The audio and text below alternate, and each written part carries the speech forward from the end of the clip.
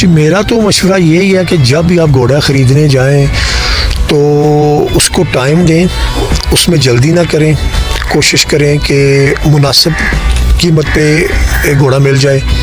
क्योंकि मैंने एक आध घोड़े जो बहुत कीमती ख़रीदे हैं, अब वो मेरे आगे ही मसला बन गया है। अब मैं जब भी कहीं ख़रीदने जाता हूँ वो कहते हैं जी आपने पहले इतने लिया, अब भी इतने का लें।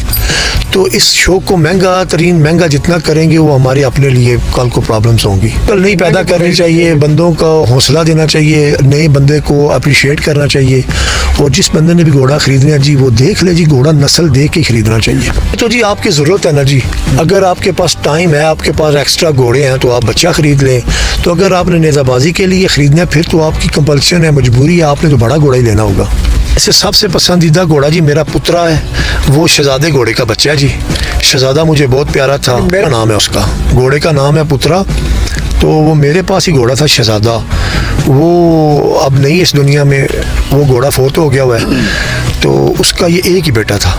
वो जी घोड़े की अगर देसी घोड़े की रखवाली की जाए, उसकी देखभाल की जाए तो 30-32 साल तक घोड़ा नेज़ाबाजी करवाता है। उम्र कितनी होती है? औसतन उम्र मैंने तो जो देखा है जी 40 से 45 साल के ऊपर, मेरी एज में तो मैंने अभी घोड़ा नहीं देखा। 40 से 45 तक घोड़ा सरवाइव कर सकता है।